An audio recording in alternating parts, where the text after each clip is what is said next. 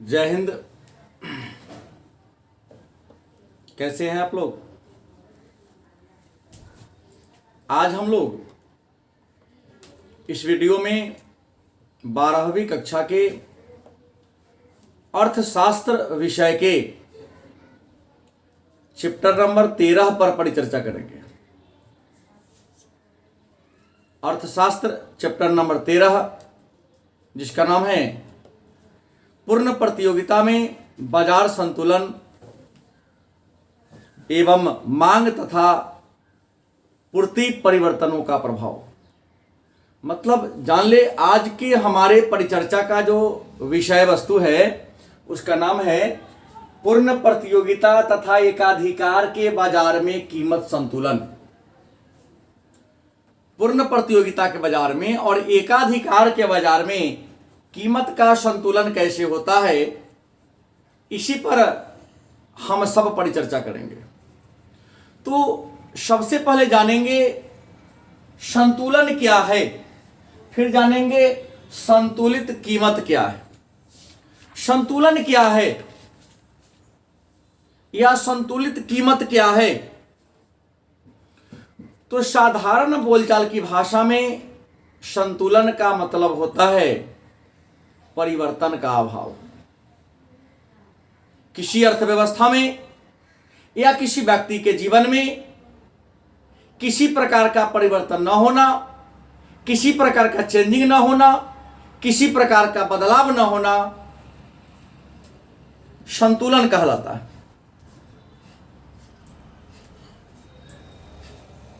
प्रश्न है, अर्थशास्त्र के दृष्टिकोण से जानना है कि संतुलन क्या है। तो संतुलन का मतलब होता है कि कीमत निर्धारित करने वाली शक्तियों में, कीमत को निर्धारित करने वाली शक्तियों में किसी प्रकार का परिवर्तन न हो, किसी प्रकार का चेंजिंग न हो, किसी प्रकार का बदलाव न हो, तो उसे हम संतुलन के नाम से जानते हैं। संतुलित कीमत क्या है? तो संतुलित कीमत वह कीमत है जिस कीमत पर बाजार में वस्तु की जितनी मांग है, ग्राहक के द्वारा बाजार में किसी वस्तु के जितना मांग किया जाता है, उत्पादक के द्वारा उस वस्तु की उतनी पूर्ति की जाती है। मतलब किसी बाजार में ग्राहक के द्वारा, क्रेता के द्वारा जितनी मात्रा में वस्तु की मांग की जाती है, विक्रेता उतनी ही मात्रा में यदि वस्तु की आपूर्ति करता है, तो जहां पर मांग और पूर्ति आपस में क्या हो जाए, बराबर हो जाए, तो इसी मांग और पूर्ति के बराबर के द्वारा जब कीमत का निर्धारण हो तो उसे हम संतुलित कीमत के नाम से जानते हैं। लेकिन कीमत के संतुलन के बारे में अलग अलग विद्वानों ने अलग अलग विचार दिए। विद्वानों के द्वारा दिए गए विचार को हम दो भागों में बांटकर पढ़ते हैं। संतुलित कीमत के संबंध में विवाद, मतलब कीमत का संतुलन कैसे होगा, इस पर अर्थशास्त्रियों के बीच, विद्वानों के बीच बड़ा ही मतभेद है, बड़ा ही विवाद है। डेविड रिकार्डो शास्त्रीय अर्थशास्त्री, क्लासिकल अर्थशास्त्री डेविड रिकार्डो हैं, और डेविड रिकार्डो ने संतुलित कीमत के संदर्भ में अपना विचार दिया कि वस्तु की कीमत का निर्धारण बाजार में कीमत लागत पक्ष के द्वारा अर्थात पूर्ति के द्वारा तय होता है। बाजार में किसी वस्तु के कीमत का निर्धारण कीमत लागत के द्वारा, कीमत लागत मतलब वस्तु के पूर्ति के द्वारा निर्धारित होती है। प्रोफेसर डेविड रिकार्डो ने कहा कि बाजार में किसी वस्तु के कीमत का निर्धारण पूर्ति के द्वारा तय होता है, तो रिकार्डो की इस बात की आलोचना प्रोफेसर जेवंस और बालरस जैसे अर्थशास्त्रियों ने किया। प्रोफेसर जेवंस और बालरस जैसे विद्वानों ने कहा कि कीमत का यह निर्धारण पूर्ति के द्वारा तय नहीं होता है, बल्कि किसी बाजार में वस्तु के कीमत का निर्धारण मांग के द्वारा तय होता है। बाजार में किसी वस्तु के कीमत का निर्धारण मांग के द्वारा तय होता है, ऐसा विचार किसने दिया? तो जेवंस एवं बालरस महोदय ने दिया। विवाद ज्यादा तेज हो गई। विद्वान दो भागों में, दो गुटों में बट गए। कुछ विद्वानों ने किया कि बाजार में वस्तु की कीमत का निर्धारण पूर्ति पक्ष के द्वारा तय होता है, तो कुछ विद्वानों ने कहा कि बाजार में किसी वस्तु की कीमत का निर्धारण मांग पक्ष के द्वारा होता है। मतलब कीमत के निर्धारण के संबंध में, चाहे वह एकाधिकार का बाजार हो, चाहे पूर्ण प्रतियोगिता का बाजार हो, दोनों ही बाजार में संतुलित कीमत के निर्धारण में दो विचारधाराएं आ गई। एक विचारधारा डेविस रिकार्डो के पक्ष में चली गई, तो दूसरी विचारधारा जेवंस एवं बालरस के पक्ष में चला गया।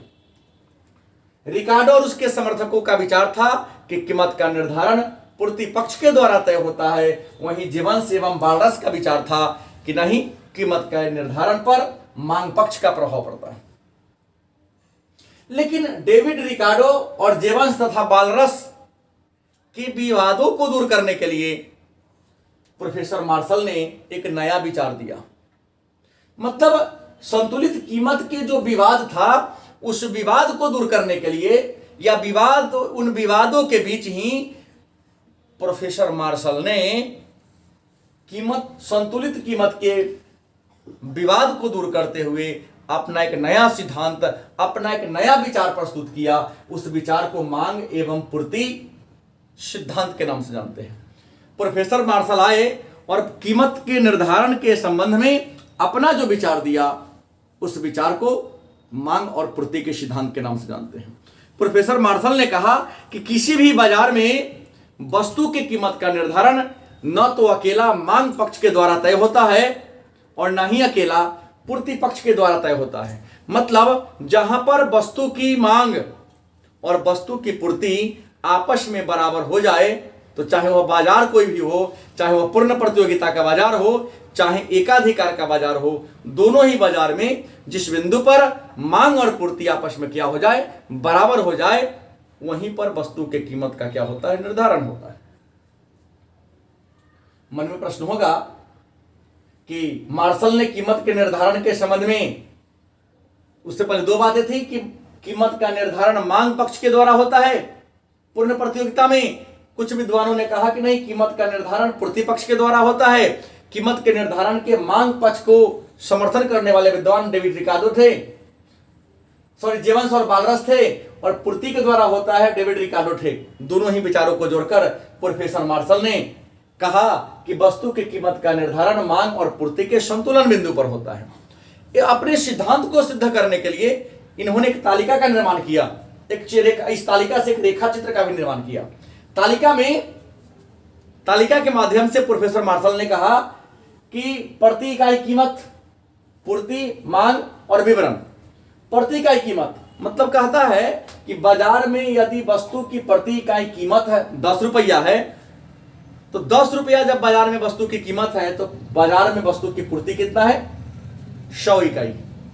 मतलब समान अगर कोई वस्तु 10 रुपये प्रति किलो होता है, तो 10 रुपये किलो पर बाजार में पूर्ति कितना है, 100 है।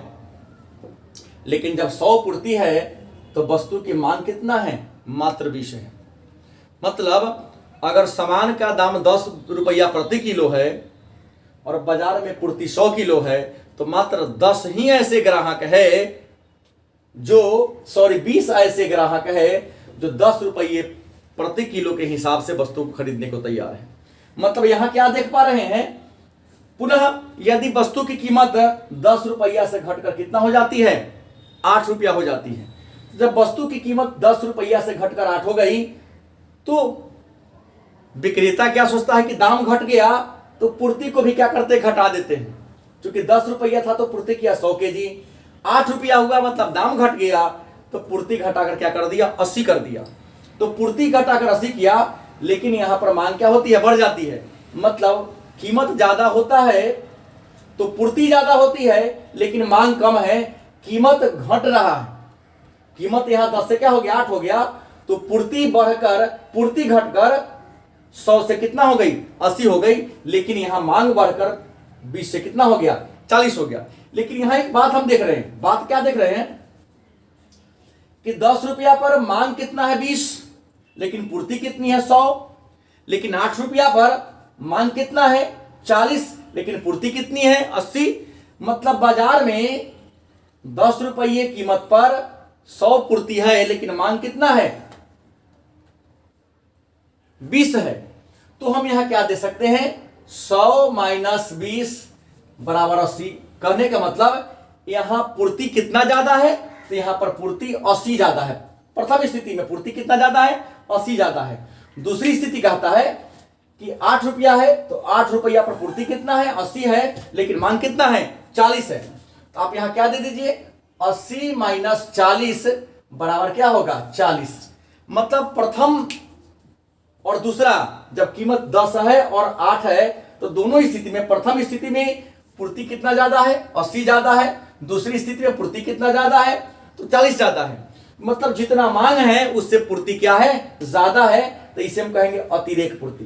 क्या होगा, अतिरेक पूर्ति। तो अतिरेक पूर्ति क्या है, तो अतिरेक पूर्ति वह पूर्ति है जिसमें बाजार में वस्तु की जितनी मांग होती है, मांग से ज्यादा वस्तु की पूर्ति होती है। जैसे 100 पूर्ति था, मांग 20 था, तो 80 ज्यादा है। 100 पूर्ति है, 40 मांग है, तो 40 ज्यादा पूर्ति है।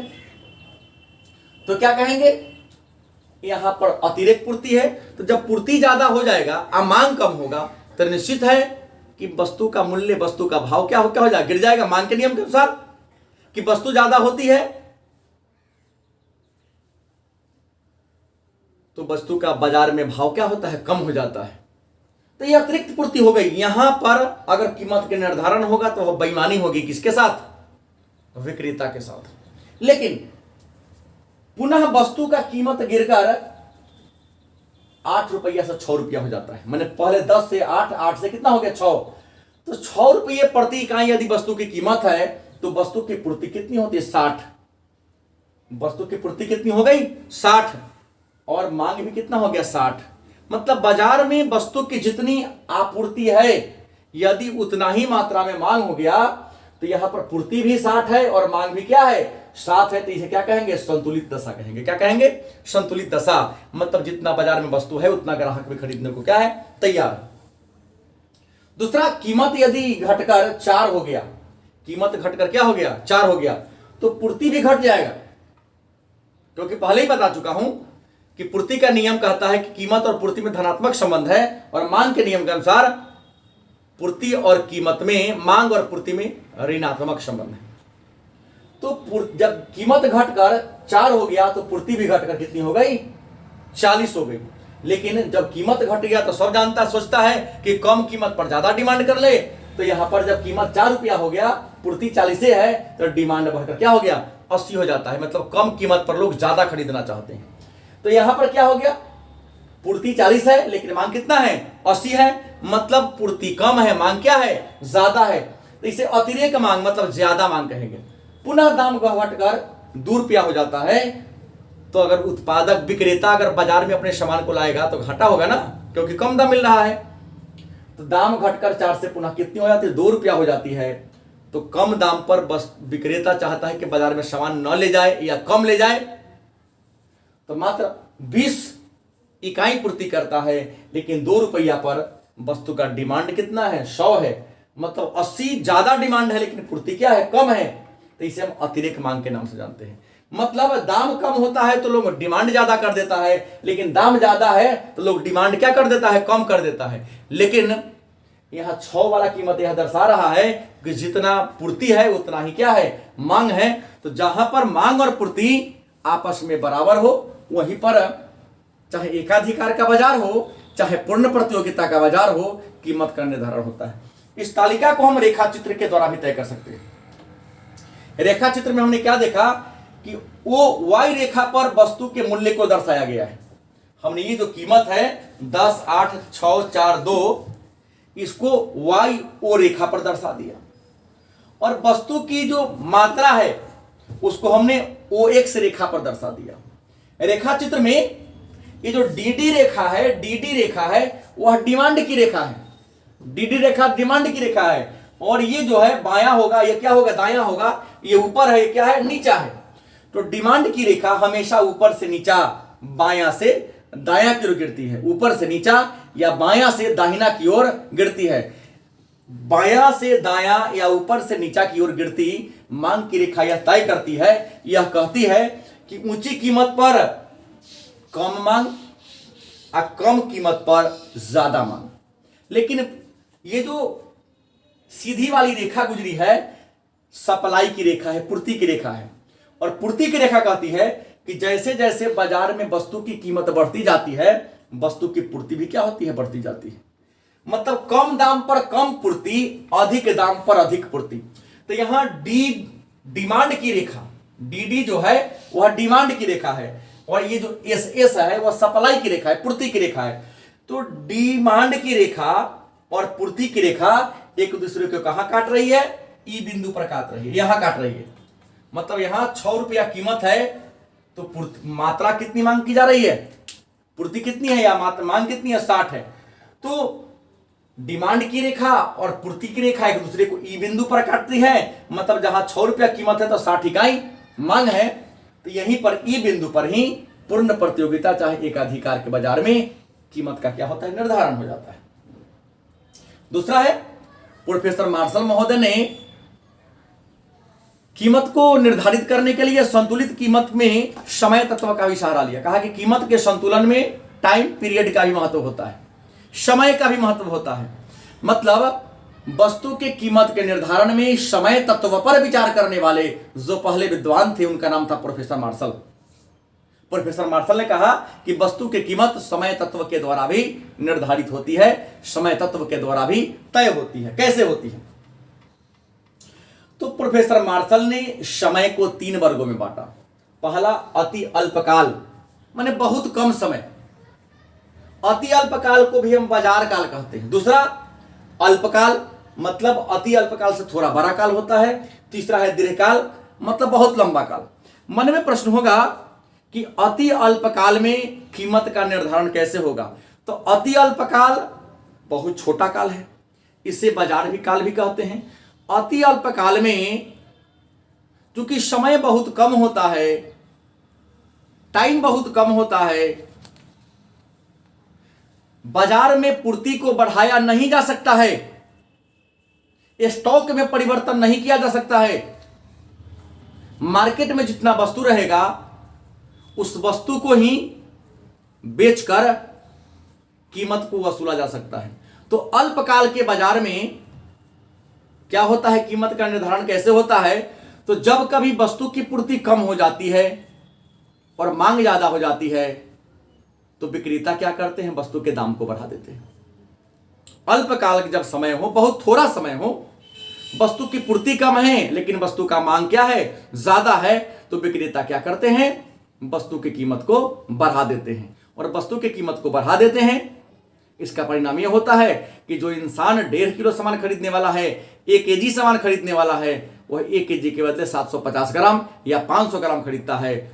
इसका परिणाम क्या होता है कि मांग के अनुसार पूर्ति में भी परिवर्तन हो जाता है। मतलब जब दाम बढ़ जाता है तो लोग जितना सोच के आता है उससे कम खरीदता है। इसका परिणाम होता है कि अपने आप दाम बढ़ने से पूर्ति अपने आप क्या होती है, बढ़ जाती है। क्योंकि ज्यादा खरीदने वाले कम खरीदते हैं तो उनके हिसाब से जो बच गया दूसरा लोग खरीद लेगा।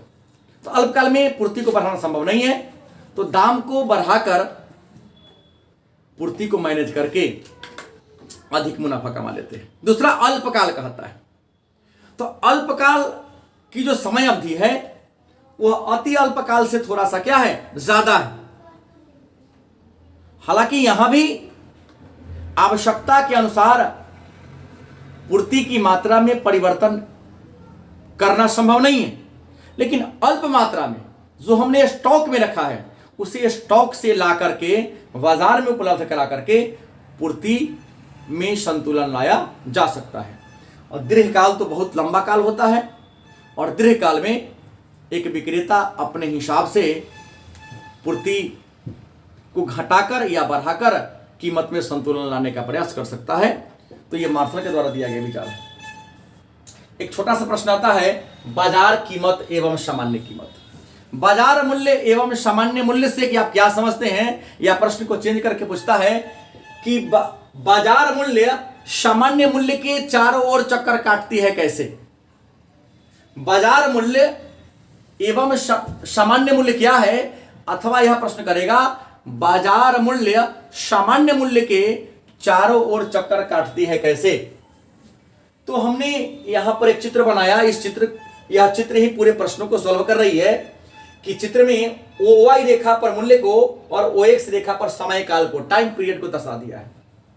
इस रेखा चित्र में आप देख क्या पा रहे हैं, ये जो लंबी रेखा है, सीधी रेखा है, ये जो सीधी रेखा है वह सामान्य कीमत की रेखा है, सामान्य कीमत की रेखा है। ये जो जिगजैग रेखा है यह बाजार कीमत है। सीधी जो रेखा है वह सामान्य कीमत की रेखा है, और जो जिगजैग रेखा है, टेढ़ी मेढ़ी रेखा है, वह बाजार कीमत की रेखा है। हम चित्र से क्या देखने को मिल रहा है कि जो सीधी रेखा एकदम सीधे जा रही है, नीचे से ऊपर की ओर जा रही है, एक सीधी लकीर में है, लेकिन जो बाजार कीमत वाली रेखा है कभी सामान्य कीमत के नीचे है, तो कभी सामान्य कीमत के ऊपर है, तो कभी सामान्य कीमत के बराबर है। मतलब सामान्य कीमत एकदम सीधी एक सीधे में जा रही है, लेकिन बाजार कीमत कभी नीचे आ जाती है, कभी ऊपर आ जाती है, कभी नीचे आती है, कभी ऊपर है तो कभी नीचे है तो कभी ऊपर है, तो कभी कभी साथे साथे चल लेती है। ऐसा क्यों होता है? तो पहले हम दोनों का परिभाषा जान ले। सामान्य कीमत क्या है, तो लंबी अवधि से किसी वस्तु की चली आ रही कीमत को सामान्य कीमत कहते हैं। और दैनिक बाजार में वस्तु के कीमत में जो उतार चढ़ाव होता है पूर्ति के अनुसार, पूर्ति या मांग के अनुसार बाजार में किसी वस्तु के मूल्य में जो उतार चढ़ाव होता है उस उतार चढ़ाव को बाजार कीमत कहते हैं।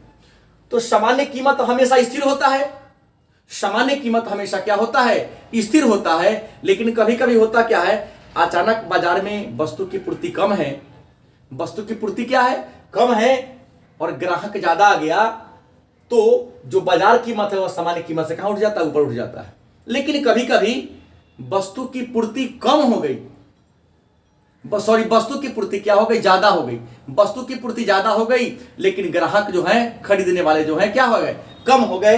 तो खरीदने वाले कम हो गए, पूर्ति क्या हो गया, ज्यादा हो गया, तो सामान्य कीमत से बाजार कीमत क्या होता है, नीचे आ जाता है।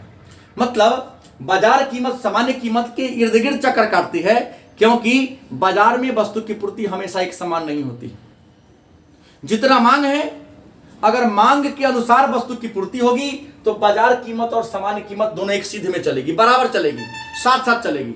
लेकिन बाजार में वस्तु की पूर्ति ज्यादा हो जाए और मांग कम हो जाए तो सामान्य कीमत से बाजार कीमत नीचे आ जाएगा।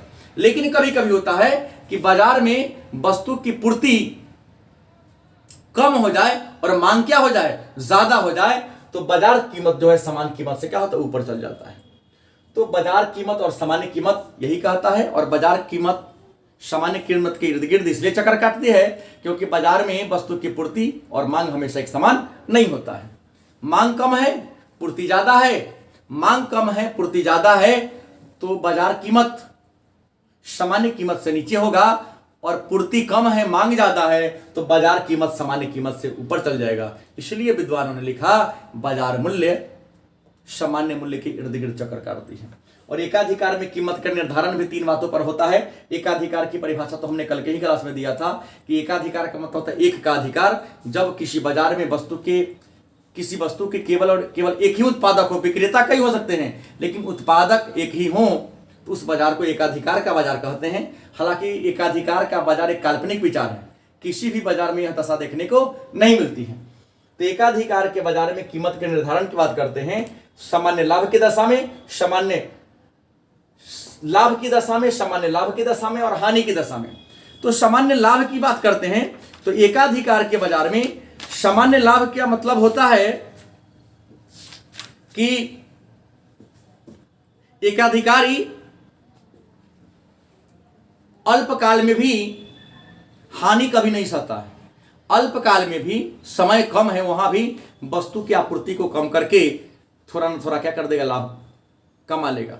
सामान्य लाभ की दशा में कहता है कि एकाधिकारी अगर स्थिति कितना भी विचित्र हो जाए तो कम से कम आपसे उतना मूल्य जरूर वसूलेगा जितना कि उस वस्तु को बनाने में खर्चा हुआ है।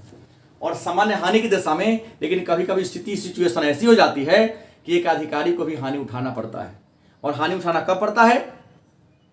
तो हानि उठाना तब पड़ता है जब अल्पकाल में, बहुत अल्पकाल है और शीघ्र नष्ट होने वाली क्या है? वस्तु है। अगर उस वस्तु को तत्काल न बेचा जाए, तत्काल नहीं बेचने पर क्या हो जाएगा? वह वस्तु नष्ट हो जाएगा, वह वस्तु क्या हो जाएगा? खराब हो जाएगा। तो कई बार एकाधिकारी वहां पर हानि भी उठा लेते हैं। तो ये रहा एकाधिकार के बाजार में वस्तु के कीमत का निर्धारण और संतुलन की बात। मिलते हैं कल। धन्यवाद।